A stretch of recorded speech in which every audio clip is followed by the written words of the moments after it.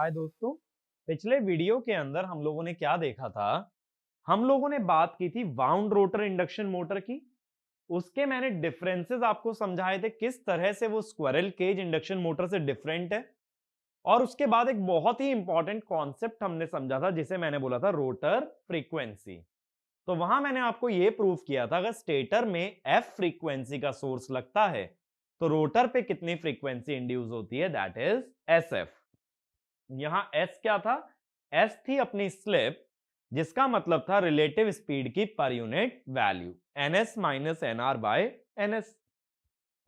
फिर मैंने आपको स्टेप बाय स्टेप ऑपरेशन समझाया था इंडक्शन मोटर का, कि सबसे पहले एक थ्री फेज सप्लाई लगाई जाती है स्टेटर पे, जिससे कि एक मैग्नेटिक फील्ड बनती है जो घूमती है एनएस आरपीएम से। किसके रेस्पेक्ट में? स्टेटर के रेस्पेक्ट में। जिसकी मैग्नेटिक फील्ड है उसी के रेस्पेक्ट में घूमेगी। स्टेटर की है तो स्टेटर के रेस्पेक्ट में, रोटर की है तो रोटर के रेस्पेक्ट में। ये मैग्नेटिक फील्ड रोटर के कंडक्टर्स को कट करती है, उसके अंदर ईएमएफ बनाती है और उसके अंदर करंट प्रोड्यूस करती है, जिस कारण से रोटर पे लगता है टॉर्क और वो रोटर को घुमाता है in the same direction as magnetic field. फिर मैंने ये बोला कि रोटर अगर घूम रहा है एनआर स्पीड से, तो रिलेटिव स्पीड कितनी बनती है? NS minus NR. ठीक है। Relative speed NS minus NR होने की वजह से रोटर में कितनी फ्रीक्वेंसी प्रोड्यूस होती है, दैट इज एसएफ। अब रोटर की जो मैग्नेटिक फील्ड है वो रोटर के रेस्पेक्ट में कितनी स्पीड से घूमती है? 120 by P into S F, जो कि निकला एस एन एस। और स्टेटर के रेस्पेक्ट में कैसे निकालते हो? S N S plus rotor speed, जो कि आ जाती है एन एस। तो मैंने ये बोला था स्टेटर और रोटर की मैग्नेटिक फील्ड दोनों साथ में घूमती हैं, या दोनों के बीच का रिलेटिव स्पीड जीरो रहता है, जिस कारण से टॉर्क प्रोड्यूस हो पाता है। अब इस वीडियो के अंदर, जैसा आपने टाइटल में देखा भी होगा, एक अगला कॉन्सेप्ट हम पढ़ने वाले हैं, that is inverted induction motor. अब भाई इंडक्शन मोटर तो ठीक है, ये इन्वर्टेड इंडक्शन मोटर क्या चीज है? इन्वर्टेड इंडक्शन मोटर का मतलब इंडक्शन मोटर अगर उल्टा काम करे। उल्टा कैसे? कि वहां सप्लाई रोटर पे दी जाए और लोड स्टेटर पे जोड़ा जाए। दोबारा समझो, सप्लाई रोटर पे, लोड स्टेटर पे, तब उसे कहोगे इन्वर्टेड इंडक्शन मोटर।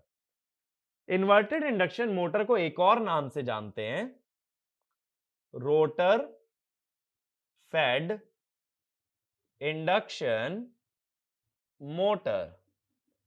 यानी जिस इंडक्शन मोटर को सप्लाई कहां दी गई हो? रोटर पे। इसीलिए वो कभी भी क्वेश्चन के अंदर ये वर्ड यूज नहीं करता इन्वर्टेड इंडक्शन मोटर। वो ये बोलता है induction motor with a supply connected on the rotor side. अगर सप्लाई और रोटर एक साथ आ जाएं तो ये बात समझ जाना कि ये इन्वर्टेड इंडक्शन मोटर है। अब इसके अंदर क्या होता है, देखो, हमारी जो थ्री फेस रोटर वाइंडिंग है, थ्री फेस जो रोटर वाइंडिंग है,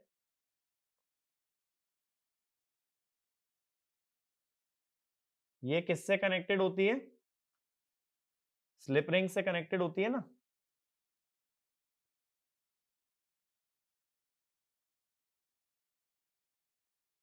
देखो ये चीज समझना, ये थ्री फेज जो रोटर वाली सप्लाई है, सॉरी रोटर वाइंडिंग है, ये स्लिप रिंग से जुड़ी होती है। ठीक है।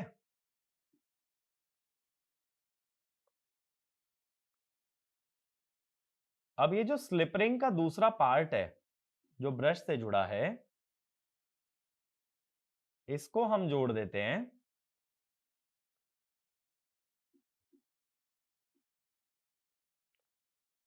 एक थ्री फेज एसी सोर्स से। ठीक है। यानी रोटर की वाइंडिंग में एक थ्री फेज सप्लाई जोड़ दी गई है, और ये हो गया अपना शाफ्ट। एक्चुअल में जो है ना, शाफ्ट और स्लिप रिंग्स के बीच में इंसुलेशन रहता है, ताकि स्लिप रिंग से आने वाला करंट कुछ भी शाफ्ट में एंटर ना कर पाए। तो मैं इंसुलेशन भी दिखा देता हूं। अब बचा क्या अपना स्टेटर। स्टेटर जो होगा, जो भी हमारा स्टेटर है, स्टेटर के भी 3 टर्मिनल्स होंगे। वो तीनों टर्मिनल रेजिस्टेंस से या किसी इलेक्ट्रिकल लोड से जोड़ दिए जाएंगे। यानी कि अब की बार 3 फेज सप्लाई लगी है हमारी रोटर पे और स्टेटर के टर्मिनल्स को जोड़ दिया गया है एक रेजिस्टिव या कोई और तरीके के लोड से। तो ऐसा सिर्फ कहां हो सकता है? ऐसा सिर्फ हो सकता है स्लिप रिंग इंडक्शन मोटर में।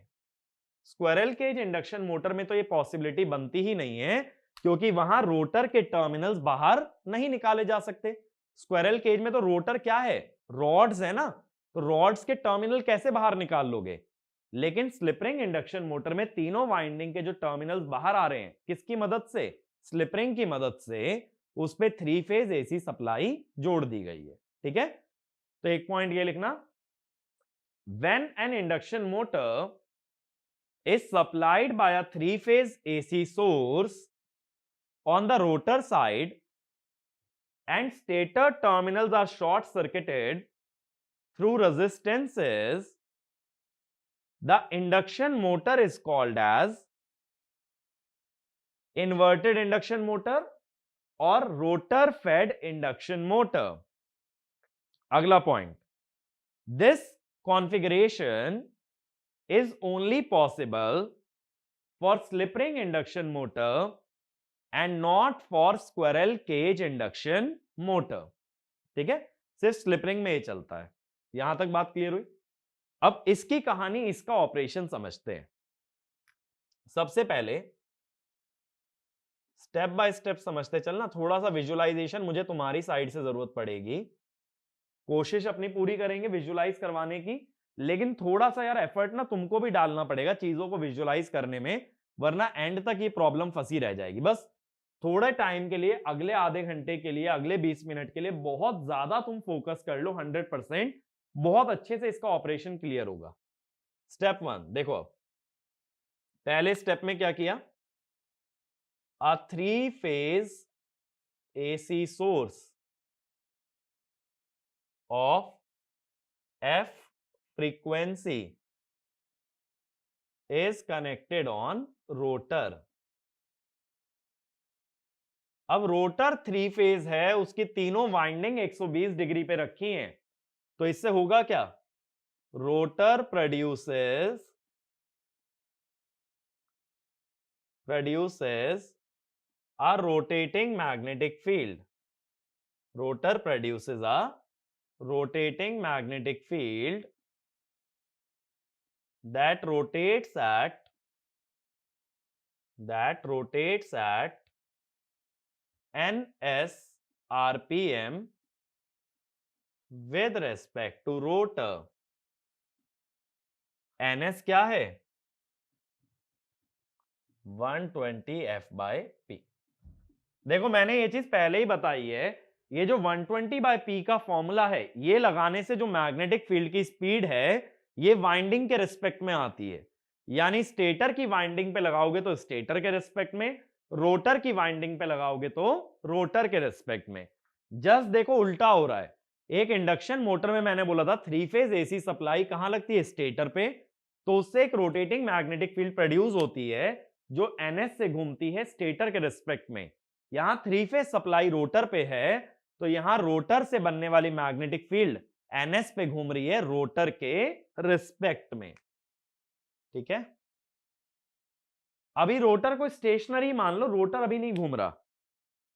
अब स्टेप 2 क्या होगा, जो रोटर से बनने वाली मैग्नेटिक फील्ड है, ये किसे कट करेगी, स्टेटर के कंडक्टर को। तो rotor magnetic field cuts stator conductors. जैसे सिंक्रोनस मशीन में होता है कि रोटर की मैग्नेटिक फील्ड स्टेटर के कंडक्टर्स को काटती है। इंड्यूसेस ईएमएफ, और स्टेटर के कंडक्टर को तुमने शॉर्ट सर्किट किया है रेजिस्टेंस की मदद से, and due to short circuiting produces current in stator, ठीक है। तो स्टेटर में करंट आने लगेगा। अब हमें यह पता लगाना है कि स्टेटर में कितनी फ्रीक्वेंसी प्रोड्यूस होगी, या चलो अभी फ्रीक्वेंसी पे बाद में आएंगे, पहले ऑपरेशन समझ लेते हैं, फ्रीक्वेंसी भी इजीली समझ आ जाएगी। अब स्टेटर जब करंट कैरी कर रहा है तो स्टेटर पे फोर्स भी लगेगा। भाई कोई भी वाइंडिंग अगर करंट कैरी करती है तो वो फोर्स प्रोड्यूस करती है। तो स्टेटर पे फोर्स कौन लगाएगा? रोटर। ऐसे ही रोटर पे फोर्स कौन लगाएगा? स्टेटर। स्टेटर का करंट लोगे तो स्टेटर पे फोर्स लगेगा, रोटर का करंट देखोगे तो रोटर पे फोर्स लगेगा। और ये तो न्यूटन का तीसरा लॉ है, एक्शन रिएक्शन लॉ, कि जब मैं तुम्हारे ऊपर फोर्स लगाऊंगा तो इक्वल एंड अपोजिट फोर्स तुम मेरे ऊपर लगाओगे। तो अगर मैग्नेटिक फील्ड रोटर की ले रहे हो तो फोर्स लग रहा है स्टेटर पे, मैग्नेटिक फील्ड ऐसे ही स्टेटर की लोगे तो फोर्स लगेगा रोटर पे। ये दोनों एक दूसरे पे फोर्स लगाएंगे। अब हम क्या जानते हैं? फोर्स या टॉर्क ऐसा बनता है जो अपने ही कॉज को अपोज करे, ठीक है। अभी देखो यहां पे क्या हो रहा है कि रोटर की मैग्नेटिक फील्ड घूम रही है जो स्टेटर के कंडक्टर को काट रही है। ऐसे सोचो कि मैं स्टेटर हूं, मैं स्टेशनरी हूं, ठीक है। अब तुम मेरे रेस्पेक्ट में बहुत तेजी से भागे जा रहे हो, ठीक है, बहुत तेजी से तुम मेरे रेस्पेक्ट में दौड़ रहे हो। मैं ये चाहता हूं हमारे बीच की जो रिलेटिव स्पीड है ये कम हो जाए। इसके दो तरीके, या तो मैं तुम्हें भाग के पकड़ लूं या तुम खुद स्लो डाउन हो जाओ। बात सोच के देखो, अगर भाई मैं यहां खड़ा हूं, मैं चाहता हूं मेरे रेस्पेक्ट में तुम ना भागो, तो या तो मैं तुम्हें भाग करके पकड़ लूं या तुम खुद रुक जाओ। अब मैं हूं स्टेटर, मैं तो दौड़ नहीं सकता, मैं तो घूम नहीं सकता, यानी कि मैं कैच नहीं कर सकता रोटर की फील्ड को। तो एक ही रास्ता मेरे पास बचता है कि रोटर की फील्ड खुद स्लो डाउन हो जाए। बात सोच के देखो, अगर मैं तुम्हें नहीं पकड़ सकता तो मैं ये चाहूंगा कि तुम खुद अपने आप स्लो डाउन होकर के रुक जाओ। इतनी बात क्लियर हुई? दूसरा तरीका समझो। अब ऐसे सोचो कि तुम और मैं एक रस्सी से बंधे हैं। तुम अगर आगे दौड़ोगे तो तुम मुझे आगे खींचने की कोशिश करोगे।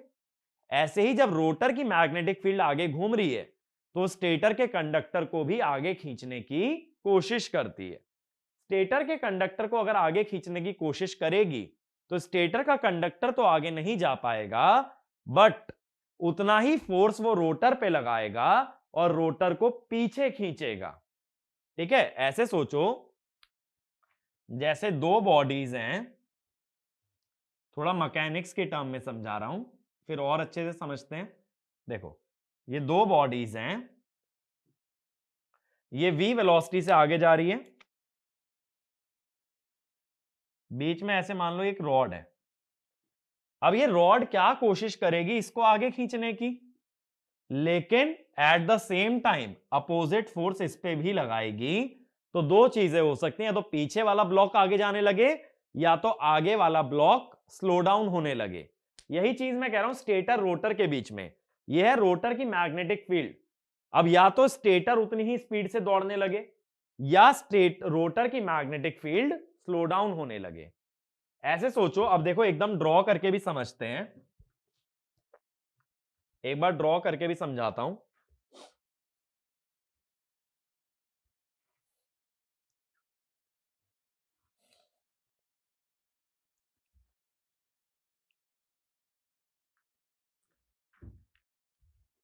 अब देखो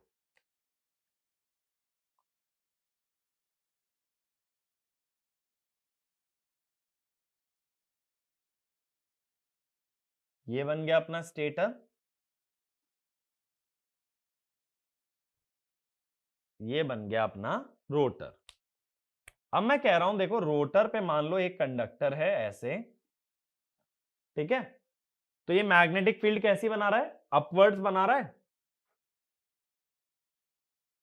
अब मान लो ये रोटर का एमएमएफ है और सपोज ये घूम रहा है ऐसे एनएस से, ठीक है।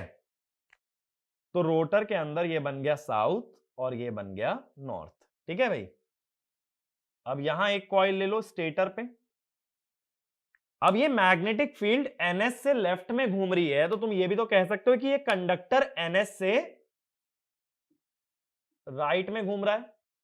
ये कंडक्टर अगर एनएस से राइट में घूम रहा है तो इस पे ईएमएफ कैसा बनेगा? देखें, इसकी वेलोसिटी राइट में है, मैग्नेटिक फील्ड अपवर्ड्स है, V क्रॉस B बाहर की तरफ आएगा, तो इस पे जो ईएमएफ बनेगा वो होगा डॉट और इस पे बनेगा क्रॉस। दोबारा समझो, ये जो कंडक्टर है इसकी वेलोसिटी राइट में है और मैग्नेटिक फील्ड अपवर्ड्स आ रही है, तो V क्रॉस B बनेगा बाहर। अब ये डॉट क्रॉस मिलके क्या करेंगे? ये अपनी भी एक मैग्नेटिक फील्ड बनाएंगे जो कि बनेगी राइट में। तो इन्होंने अपनी खुद की एक मैग्नेटिक फील्ड बना ली Fs। ये राइट में बन रही है, तो ये हो गया नॉर्थ, ये हो गया साउथ। अब ये जो स्टेटर पे पोल बन गए, ये क्या करेंगे? नॉर्थ नॉर्थ को रिपेल करेगा, साउथ नॉर्थ को अट्रैक्ट करेगा। नॉर्थ साउथ को अट्रैक्ट करेगा, साउथ साउथ को रिपेल करेगा। तो ये टॉर्क कैसा बनाने लगे? ये टॉर्क बनने लगा क्लॉकवाइज, जबकि मैग्नेटिक फील्ड कैसे घूमती हुई मानी है? Anti clockwise. तो यही चीज मैं तुम्हें जब से समझाना चाह रहा हूं कि अगर मैं एक स्टेटर का कंडक्टर हूं, मैं ये चाहता हूं मेरे रेस्पेक्ट में रोटर की मैग्नेटिक फील्ड ना घूमे, तो या तो मैं उसे घूम करके पकड़ लूं, या दूसरा तरीका ये होगा कि वो खुद स्लो डाउन हो जाए। अब बात आती है स्लो डाउन कैसे होगी, है ना? ये बात बहुत सोचने वाली है कि वो स्लो डाउन कैसे होगी। एक चीज सोचो, कभी जैसे टॉम एंड जेरी कार्टून देखा होगा, है ना? उसके अंदर क्या होता था कि भाई बहुत तेजी से दौड़ रहे हैं, बहुत तेजी से दौड़ रहे हैं और नीचे से अपन कारपेट खींचते जा रहे हैं। क्या होता था कि वो दौड़ता जाता था लेकिन वो रहता एक ही पोजीशन पे था, है ना? दूसरा एग्जांपल लो, ट्रेडमिल का एग्जांपल लो। ट्रेडमिल पे आप 15 पे दौड़ लो, 20 पे दौड़ लो, कि कोई 5 पे वॉक कर ले, वो रहता एक ही जगह है, लेकिन तुम्हें क्या लगता है तुम आगे जा रहे हो। यही तो मैं भी चाहता हूं, अगर मैं स्टेटर हूं या मैं ग्राउंड हूं, तो मैं ये चाहता हूं मेरे रिस्पेक्ट में मैग्नेटिक फील्ड ना घूमे, क्योंकि मैग्नेटिक फील्ड अगर घूमेगी तो मुझ में ईएमएफ आने वाला है। ये सोचो मैं अभी स्टेटर हूं, तो मैग्नेटिक फील्ड अगर घूमेगी तो मुझ में ईएमएफ आएगा। इसको अपोज करने का तरीका है मैग्नेटिक फील्ड मेरे रिस्पेक्ट में ना घूमे। अगर मैग्नेटिक फील्ड मेरे रेस्पेक्ट में ना घूमे तो उसके लिए मैं क्या करूं? सिंपल ट्रेडमिल वाला एग्जांपल लो, मैं स्टेटर हूं, मैं ग्राउंड हूं, मेरे रेस्पेक्ट में कब मोशन रुकेगा? जब जो बंदा ट्रेडमिल पे आगे दौड़ रहा है, ट्रेडमिल उतनी ही स्पीड से पीछे आ रहा है। समझ रहे हो? ट्रेडमिल का फ्लोर उतना ही पीछे आ रहा है जितना मैं आगे जा रहा हूं, तो मेरा नेट डिस्प्लेसमेंट क्या हुआ? जीरो। रोटर से बनने वाली मैग्नेटिक फील्ड रोटर के रिस्पेक्ट में एनएस से घूम रही है, लेकिन रोटर अगर उल्टा घुमा दो, मैग्नेटिक फील्ड आगे जाना चाहती है, रोटर पीछे आ रहा है, तो इनका जो रिजल्टेंट बनेगा उसकी स्पीड कम हो जाएगी। और यही मैं कह रहा हूं, अगर मैग्नेटिक फील्ड एंटी क्लॉकवाइज घूम रही है तो रोटर पे टॉर्क कैसा आ रहा है? क्लॉकवाइज। तो हम क्या कहते हैं? To reduce relative speed with respect to stator, rotor rotates in opposite direction to the magnetic field। बात समझे? अब दूसरा एग्जांपल लेके समझाता हूं मैकेनिक्स का कि ऐसा क्यों हुआ। देखो, जैसे पिछले लेक्चर में मैंने कार का एग्जांपल लिया, सेम ले रहा हूं। ये वही गाड़ी है, बस लाल रंग में है। अब ये बंदा है जो आगे जा रहा है गाड़ी के रेस्पेक्ट में V1 से,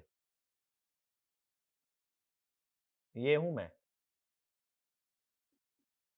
ठीक है? ये हूं मैं। अब मैं ये चाहता हूं कि इस बंदे की स्पीड मुझे कम दिखे, तो मैंने ड्राइवर से फिक्सिंग कर ली कि भाई अगर ये बंदा आगे दौड़ा है, तुम गाड़ी पीछे ले लेना, तुम गाड़ी पीछे ले लेना। तो क्या होगा? मेरे रेस्पेक्ट में या ग्राउंड के रेस्पेक्ट में स्पीड कितनी होगी? कितनी होगी? V1 minus V। बात समझे? अगर वो गाड़ी पीछे जाने लगे तो मेरे रेस्पेक्ट में मुझे स्पीड क्या दिखेगी, v1 माइनस v, यानी रिलेटिव स्पीड कम हो जाएगी। तो ऐसा समझो ये है रोटर और ये है रोटर मैग्नेटिक फील्ड। तो रोटर मैग्नेटिक फील्ड अगर आगे जाए तो रोटर पीछे जाए ताकि स्टेटर के रेस्पेक्ट में स्पीड कम हो जाए। ठीक है, ये मैग्नेटिज्म से ऐसे डिराइव हो सकता है, कॉमन सेंस से ऐसे सोच सकते हो, ट्रेडमिल का एग्जांपल ले सकते हो या एस्केलेटर का ले लो। एस्केलेटर पे देखो बहुत सारे जो शैतान लोग होते हैं, देखा होगा छोटे छोटे बच्चे भी होते हैं, वो क्या करते हैं, नीचे जाने वाली एस्केलेटर पे ना ऊपर चढ़ते हैं। होता क्या है, जितना वो ऊपर जाता है उतना एस्केलेटर नीचे आता है, तो एक ही जगह खड़ा खड़ा दौड़ता रहता है, वो एक ही जगह लगातार दौड़ता रहता है। इसका मतलब नेट स्पीड क्या हो गई, 0। बात समझ रहे हो, नीचे आने वाली एस्केलेटर पे अगर चढ़ोगे तो ऊपर जाने में ज्यादा टाइम लगेगा, यानी जब प्लेटफॉर्म और बंदा दोनों की स्पीड अपोजिट हो तो नेट स्पीड कम हो जाती है। मैं अभी तो यही कह रहा हूं, स्पीड स्टेटर या ग्राउंड के रेस्पेक्ट में कम करनी है तो रोटर मैग्नेटिक फील्ड से उल्टा घूमे। ये वर्किंग होती है हमारी इन्वर्टेड इंडक्शन मोटर की। इंडक्शन मोटर में रोटर मैग्नेटिक फील्ड के सेम डायरेक्शन में घूमता है, लेकिन इन्वर्टेड इंडक्शन मोटर में वो उल्टा घूमता है। तो इसमें लिखना, इन induction motor the rotor rotates in the same direction as the rotating magnetic field, but in inverted induction motor the rotor rotates in a direction opposite to the magnetic field। अब देखो यहां भी स्लिप हम लोग same तरह से define करते हैं, slip s ns minus nr by ns। ठीक है, अब देखो speed of rotor magnetic field with respect to rotor, ये अभी हमने बोला 120 f बाई पी के हिसाब से आ गई ns। स्पीड ऑफ रोटर ये है nr, फिर speed of rotor magnetic field with respect to stator कितनी होगी, बताओ जरा। अभी मैंने बताया ना कार का एग्जांपल लेके, अगर बंदा v1 से आगे जा रहा है और गाड़ी v से पीछे जा रही है तो स्टेटर या ग्राउंड के रिस्पेक्ट में क्या दिखता है, डिफरेंस। तो कितनी दिखेगी, ns माइनस nr। तो ns माइनस nr इस फॉर्मूले से लिखोगे तो s ns।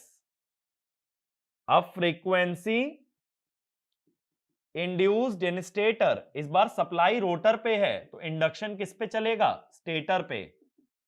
तो हमें क्या पता है फ्रीक्वेंसी इंड्यूस कैसे निकालते हैं, P by 120 into relative speed. अब ये जो ns है वो तो 120 f बाय पी है, तो ये हो गया s f। तो देखो पिछली बार इंडक्शन मोटर में स्टेटर की फ्रीक्वेंसी f थी और रोटर की फ्रीक्वेंसी sf थी। इस बार रोटर की फ्रीक्वेंसी f है और स्टेटर की फ्रीक्वेंसी sf है। अब इसके बाद मैं बोलता हूं speed of stator magnetic field with respect to stator. जब स्टेटर में sf फ्रीक्वेंसी बनी तो इसकी मैग्नेटिक फील्ड स्टेटर के रिस्पेक्ट में कितनी स्पीड से घूमेगी, 120 by P into sf s ns। तो देखो यहां पे रोटर की मैग्नेटिक फील्ड स्टेटर के रिस्पेक्ट में और स्टेटर की मैग्नेटिक फील्ड स्टेटर के रिस्पेक्ट में सेम स्पीड से घूमती है, इसीलिए क्या होता है, इसीलिए यहां पे टॉर्क प्रोड्यूस होगा क्योंकि दोनों मैग्नेटिक फील्ड साथ साथ घूमती हैं। तो डिफरेंस यहां पे क्या आ गया, बस इन्वर्टेड इंडक्शन मोटर में रोटर मैग्नेटिक फील्ड से अपोजिट डायरेक्शन में घूमता है, एक नॉर्मल इंडक्शन मोटर में सेम डायरेक्शन से घूमता है। ठीक है, अब देखो कई लोगों का क्वेश्चन ये होता है कि यहां पे स्लिप को ns प्लस nr क्यों नहीं किया जब मैग्नेटिक फील्ड और रोटर उल्टा घूम रहे थे। तो देखो रिलेटिव स्पीड जब मैं ऊपर लिखता हूं, मैंने क्या बोला था, स्लिप क्या होती है, पर यूनिट रिलेटिव स्पीड। लेकिन रिलेटिव स्पीड किसकी? Relative speed of magnetic field and the conductor. मेरी बात को समझना कि मैं यहां ns प्लस nr क्यों नहीं कर रहा हूं। मैंने स्लिप अभी भी डिफाइन की है ns माइनस nr, ना कि ns प्लस nr, क्योंकि क्लास में भी ना बहुत बच्चे मेरे पास बाद में यही डाउट लेके आते हैं कि सर अपोजिट डायरेक्शन में घूम रहा था तो ns प्लस nr होना चाहिए। देखो, स्लिप होती है relative speed of magnetic field with respect to conductor by ns। यहां पे देखो, एक इंडक्शन मोटर में, एक नॉर्मल इंडक्शन मोटर में, एक नॉर्मल इंडक्शन मोटर में मैग्नेटिक फील्ड ली जाती है स्टेटर की और कंडक्टर लिया जाता है रोटर का। और एक इन्वर्टेड इंडक्शन मोटर में, एक इन्वर्टेड इंडक्शन मोटर में मैग्नेटिक फील्ड ली जाती है रोटर की और कंडक्टर लिया जाता है स्टेटर का। अब देखो, रोटर मैग्नेटिक फील्ड की स्पीड स्टेटर के रेस्पेक्ट में क्या थी? ns माइनस एनआर, इसीलिए न्यूमरेटर में भी लिखा गया ns माइनस एनआर। ये मत सोचना ns माइनस एनआर माने synchronous speed minus rotor speed, नहीं। न्यूमरेटर में क्या डालना होता है? कंडक्टर और मैग्नेटिक फील्ड के बीच का रिलेटिव स्पीड। तो इंडक्शन मोटर में मैग्नेटिक फील्ड स्टेटर की लेते हैं तो कंडक्टर रोटर का। इन्वर्टेड में सप्लाई रोटर पे है तो मैग्नेटिक फील्ड रोटर की और कंडक्टर स्टेटर का। इस लॉजिक से वहां ns माइनस एनआर पड़ता है। ये बात क्लियर है? ऐसा मत डायरेक्टली रट लेना synchronous speed minus rotor speed, ऐसा नहीं होता। Relative speed of magnetic field with respect to conductor. यहां तक मेरी बातें क्लियर हैं? ये चीजें समझ आई? ठीक है, नहीं समझ आई तो एक बार और इसको रिपीट करना, क्योंकि जब तक तुम रिलेटिव स्पीड को विजुअलाइज नहीं कर पाओगे ना माइंड में, तो उसमें लेंस लॉ जोड़ के ये सब चीजें नहीं कर पाओगे। अब देखो, मैं समराइज करवा देता हूं तुम्हें रिलेटिव स्पीड के कॉन्सेप्ट।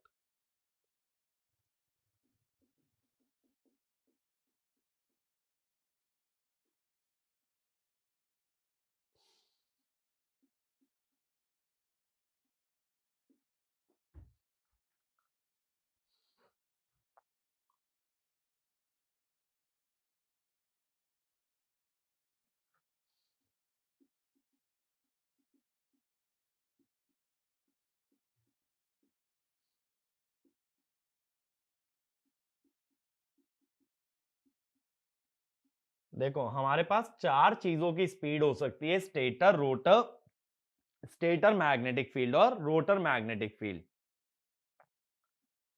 यहां मैं बात करता हूं किसके रिस्पेक्ट में स्पीड। अगेन चार चीजों के रिस्पेक्ट में हो सकती है: stator, rotor, stator magnetic field और रोटर मैग्नेटिक फील्ड।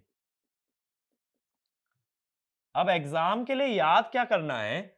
सारी स्पीड तुम्हें स्टेटर के रिस्पेक्ट में पता होनी चाहिए। स्टेटर के रिस्पेक्ट में पता है तो किसी के भी रिस्पेक्ट में निकाल सकते हो। एक नॉर्मल इंडक्शन मोटर की बात करें, सबसे पहले इंडक्शन मोटर लिख लेना। एक नॉर्मल इंडक्शन मोटर की बात करें तो उसमें 3 फेज सप्लाई स्टेटर पे लगती है। तो स्टेटर एक मैग्नेटिक फील्ड बनाता है जो कितनी स्पीड से घूमती है? ns से। किसके रिस्पेक्ट में? स्टेटर के रिस्पेक्ट में। तो स्टेटर की मैग्नेटिक फील्ड घूमती है ns से, किसके रिस्पेक्ट में? स्टेटर के रिस्पेक्ट में। ये मैग्नेटिक फील्ड रोटर को कट करती है, उसमें ईएमएफ और करंट बनाती है, रोटर में बनता है टॉर्क और रोटर घूमना शुरू कर देता है एनआर स्पीड से। किसके रिस्पेक्ट में? ग्राउंड या स्टेटर। जब भी मैं कहूं कि मैं 5 मीटर पर सेकंड से चल रहा हूं, माने ग्राउंड के रिस्पेक्ट में। रोटर 1400 आरपीएम से घूम रहा है, माने ग्राउंड के रिस्पेक्ट में या स्टेटर के रिस्पेक्ट में। इसकी वजह से रिलेटिव स्पीड हो जाती है ns माइनस एनआर और उसके करस्पॉन्डिंग एसएफ फ्रीक्वेंसी बनती है रोटर में। तो रोटर की मैग्नेटिक फील्ड कितनी स्पीड से घूमती है? एस एनएस से। किसके रिस्पेक्ट में? रोटर के। और एनएस से ग्राउंड के रिस्पेक्ट में। ठीक है, क्योंकि स्टेटर और रोटर की मैग्नेटिक फील्ड एक साथ घूमती हैं तो दोनों की स्पीड सेम आएगी, और स्टेटर तो स्टेशनरी है तो उसकी स्पीड 0। इतना कॉलम बना सकते हो ना। अब आगे चलते हैं। अब रोटर के रिस्पेक्ट में निकालनी है तो हर स्पीड में से एनआर घटा लो,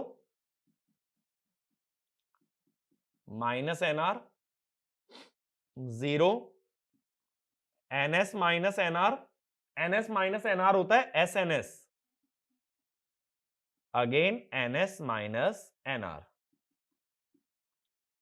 एसएनएस। ठीक है। स्टेटर मैग्नेटिक फील्ड कितने से घूमती है, एनएस, तो सभी स्पीड में से एनएस घटा लो। ये वाला जो कॉलम है ना, ये एब्सोल्यूट स्पीड दे रहा है हमें, ये एक्चुअल स्पीड दे रहा है।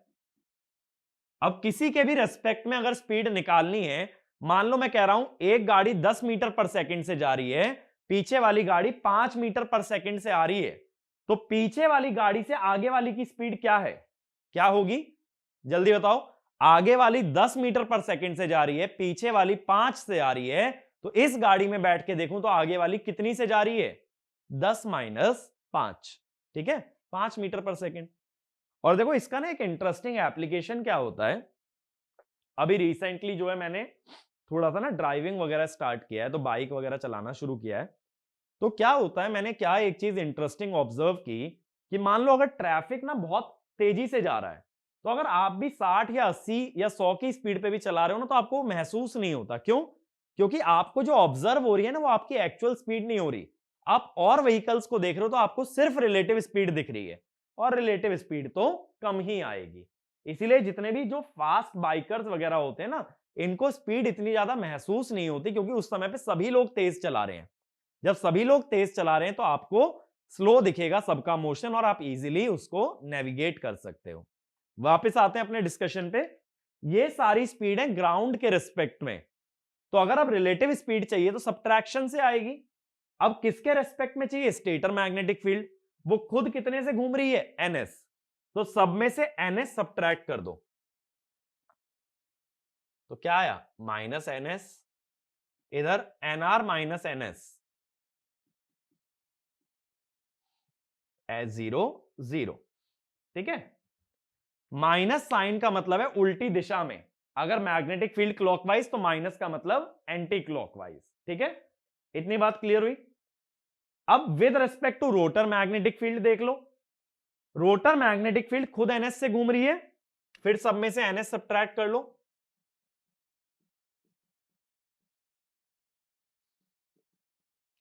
फिर से 0 0।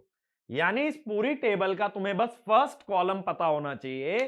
फर्स्ट कॉलम पता है तो सारे कॉलम डिराइव कर सकते हो। ठीक है, ये बात क्लियर हुई। क्योंकि हम क्या जानते हैं, relative velocity is actual velocity minus velocity of observer. ठीक है, तो एक्चुअल वेलोसिटी ये पहला कॉलम है।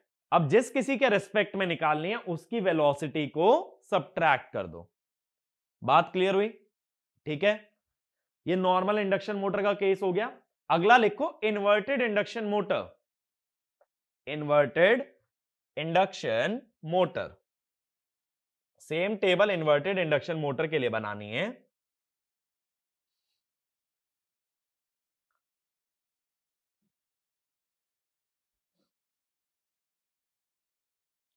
तो मैं सारी एंट्रीज डिलीट कर रहा हूं। फिर से फोकस यही रखना, देखो कि फर्स्ट कॉलम जनरेट करना है, बाकी तो हो जाएगा। अब स्टेटर के रिस्पेक्ट में स्टेटर तो घूमता दिखेगा नहीं, 0 कर दो। अब speed of rotor with respect to stator, inverted induction motor में रोटर उल्टा घूमता है, उल्टा घूमने के कारण माइनस एनआर, उल्टा घूमता है तो माइनस एनआर। स्टेटर की मैग्नेटिक फील्ड, पूरा प्रोसेस समझते हैं। इन्वर्टेड इंडक्शन मोटर में सबसे पहले हमने 3 फेज सप्लाई लगाई स्टेटर पे, सॉरी रोटर पे, तो रोटर से एक मैग्नेटिक फील्ड बनी जो एनएस से घूमती है विद रिस्पेक्ट टू रोटर।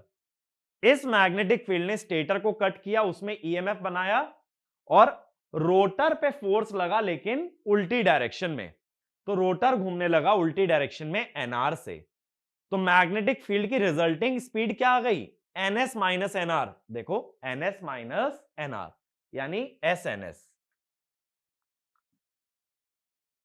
और इतनी ही स्पीड से स्टेटर की मैग्नेटिक फील्ड भी घूमनी चाहिए एसएनएस, क्योंकि दोनों मैग्नेटिक फील्ड साथ में घूमती हैं।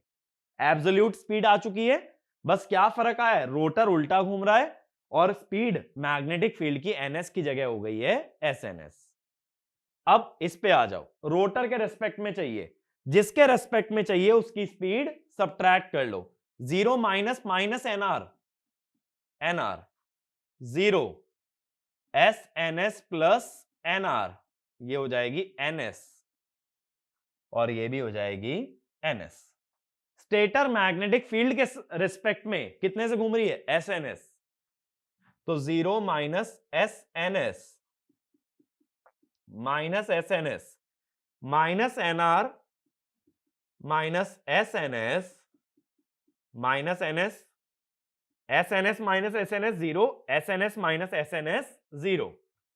फिर से सब में से एस एन एस सब्ट्रैक्ट करो, सेम रिजल्ट आएंगे। तो ये बन गई कंप्लीट टेबल। जिसके रेस्पेक्ट में भी निकालना है उसकी स्पीड को एक्चुअल में से सब्ट्रैक्ट कर दिया जाता है, ठीक है। बस पहले कॉलम में क्या चेंज आया है, एनएस की जगह एस एन एस और एनआर की जगह माइनस एनआर। एक पॉइंट और लिखना, in inverted induction motor the roles of stator and rotor are interchanged and that is why SF frequency is produced on the stator and F frequency on the rotor. Induction motor में F होती थी stator की frequency और SF rotor की। Inverted में उल्टा होता है, SF स्टेटर की और F रोटर की। अब ये स्पीड वाले कॉन्सेप्ट पे ना एक क्वेश्चन लिखो। A four pole three phase slip ring induction motor is used as a frequency changer. इसका भी मतलब समझाऊंगा, अभी लिखो। A 3-phase 4-pole slip ring induction motor is used as frequency changer. Its stator is excited from 3-phase 50 Hz supply. 3-phase 50 Hz supply. A load requiring 3-phase 20 Hz supply is connected to rotor. 3-phase 20 Hz supply is connected to rotor through the slip ring of SRIM. Through the slip ring of SRIM. पहला question, at what two speeds the prime mover should drive the rotor of SRIM? अगला, find the ratio of two voltages available at slip ring at the two speed. At the two speed. देखो पहले ना frequency changer का मतलब समझाता हूं। Usually क्या होता है, पावर इलेक्ट्रॉनिक्स में अगर फ्रीक्वेंसी को स्टेप अप या स्टेप डाउन करना हो तो साइक्लो कन्वर्टर का यूज करते हैं। लेकिन मशीन में अगर फ्रीक्वेंसी चेंज करनी है तो इंडक्शन मशीन का यूज कर सकते हैं। कैसे कि स्टेटर पे अगर फ्रीक्वेंसी एफ होती है तो रोटर पे होती है एसएफ। तो अगर तुम एस को कंट्रोल कर लो तो जितनी चाहो उतनी फ्रीक्वेंसी तुम्हें रोटर पे मिल सकती है। अब एस क्या होता है, NS minus NR by NS. NS तो स्टेटर से डिफाइन हो गया, बट एनआर तुम प्राइम मूवर से चेंज कर सकते हो। तो क्या करो, स्टेटर पे सप्लाई लगाओ, रोटर पे प्राइम मूवर लगाओ। एनएस भी तुम्हारे हाथ में है, एनआर भी तुम्हारे हाथ में है, तो तुमने क्या कंट्रोल कर लिया, एस कंट्रोल कर लेने से रोटर की फ्रीक्वेंसी कंट्रोल हो सकती है। तो इसमें लिखना, in a frequency changer a 3-phase supply is connected to the stator and the rotor is driven by a prime mover, so the speed of rotor can be varied, and if the rotor speed is varied, the slip also varies. The slip also varies, due to which the frequency across the slip rings varies. Frequency across the slip ring varies. ठीक है। तो slip ring पे frequency SF आती है, वो very कर जाती है। अब वीडियो पॉज करके देखो, एक बार ये क्वेश्चन ट्राई करो, फिर इसका सॉल्यूशन मैं डिस्कस करता हूं, ठीक है। अब जिन लोगों ने क्वेश्चन ट्राई कर लिया है, सॉल्यूशन समझना चाहते हैं, तो बात करते हैं। इसने बोला है स्टेटर की फ्रीक्वेंसी है 50 हर्ट्ज और हमारा रोटर पे एक ऐसा लोड लगा है जो कितनी फ्रीक्वेंसी मांग रहा है, 20 हर्ट्ज।